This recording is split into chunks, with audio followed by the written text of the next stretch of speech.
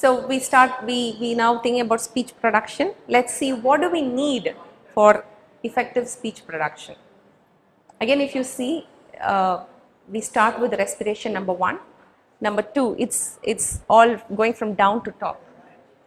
And there's a reason why I have put like this. We always work, typically when you see, we always work on articulation first. Articulation is working on speech clarity. That's what we call articulation. We always work on articulation. Most of the time, 3, 2 and 1 is not even touched. Ideally, we go in the reverse direction. Because if I need to speak clearly, I need to have proper breath support. I need to breathe in, breathe out properly. Okay, now with saying that, I would like you all to just relax in your chairs. Breathe in and breathe out 5 times. Close your eyes, breathe in and out.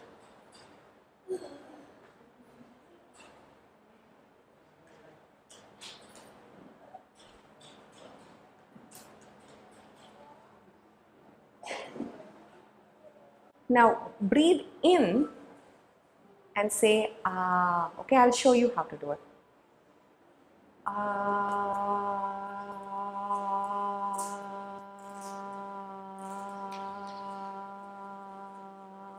Go on as long as you can. Try.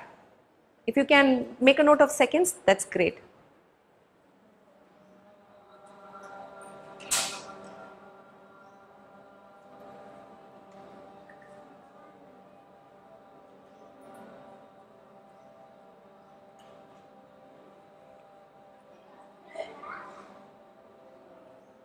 You all have really very good lung capacity.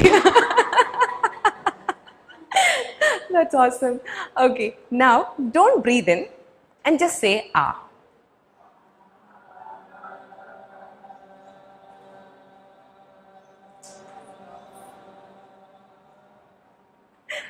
Which was longer? The first one was longer. Why? You breathed in sufficiently and then you made the sound. Now the sound that you made ah, that is point number 2, phonation. That you did phonation. So first you did respiration. You took in air, and while you put the air out, while you are sending the air out, we call it exhalation. You inhaled, then while exhaling, you also produced phonation, and your phonation was really long.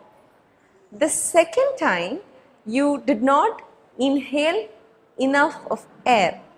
You just started phonating directly. So, if a child is able to breathe properly, he will be able to say longer sentences, longer words, complex words far better than a child who cannot breathe in and breathe out sufficiently.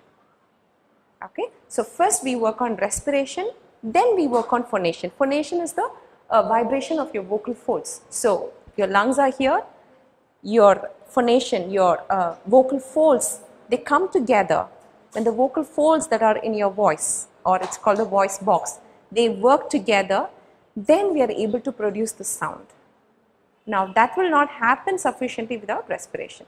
Number 3rd is the resonation. Resonation happens right at the back of your mouth. Okay. Now, can you put your tongue up like this? Can you feel the roof of your mouth? That's called the hard palate. Way behind is more softer than the hard palate you touch now. That's a soft palate.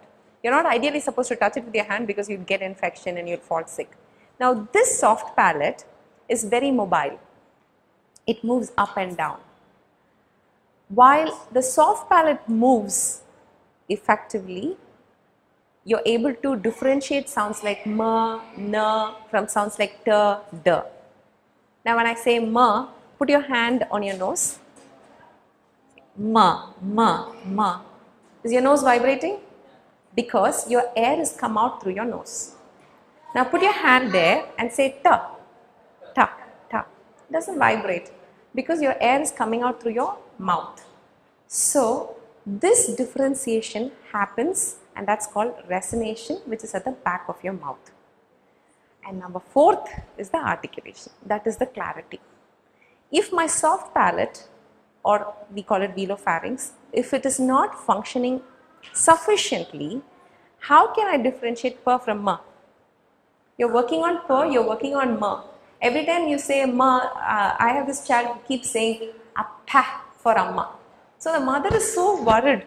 She's like, I'm teaching her, I took care of her, I did everything for her, but she's calling only her father.